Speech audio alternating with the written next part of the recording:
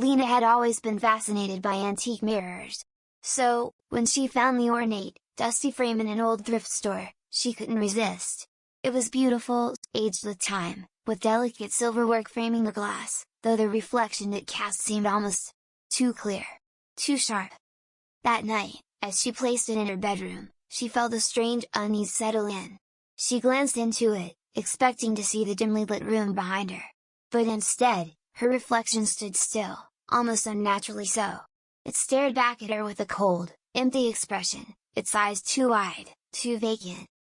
Lena shook her head, chuckling to herself. "It's just an old mirror," she told herself. But the feeling lingered. She couldn't help but glance back at the reflection every few minutes as she settled into bed. Each time, the image in the glass grew more unsettling. Her reflection seemed to move just a little too slowly, its eyes not tracking her movements. Finally, she couldn't take it anymore. She yanked the mirror off the wall and turned it to face the corner. That should have been the end of it. But the whispering started. At first, it was faint, like a rustle in the distance. Lena pulled the covers up to her chin, trying to ignore the sounds. The whispering grew louder, until it was undeniable, soft, pleading voices from behind her. The reflection in the corner of her room, still hidden from view, seemed to pulse with dark energy. She got up to check, her heart thudding in her chest. But when she reached the corner, the room was empty. No mirror. Confused, Lena turned back to her bed. Her reflection stood before her, clear as day in the unlit room. No, not her reflection. Something else. The figure in the glass was not her. It was a dark, twisted version of herself. The eyes were hollow, skin pale and slick with something wet.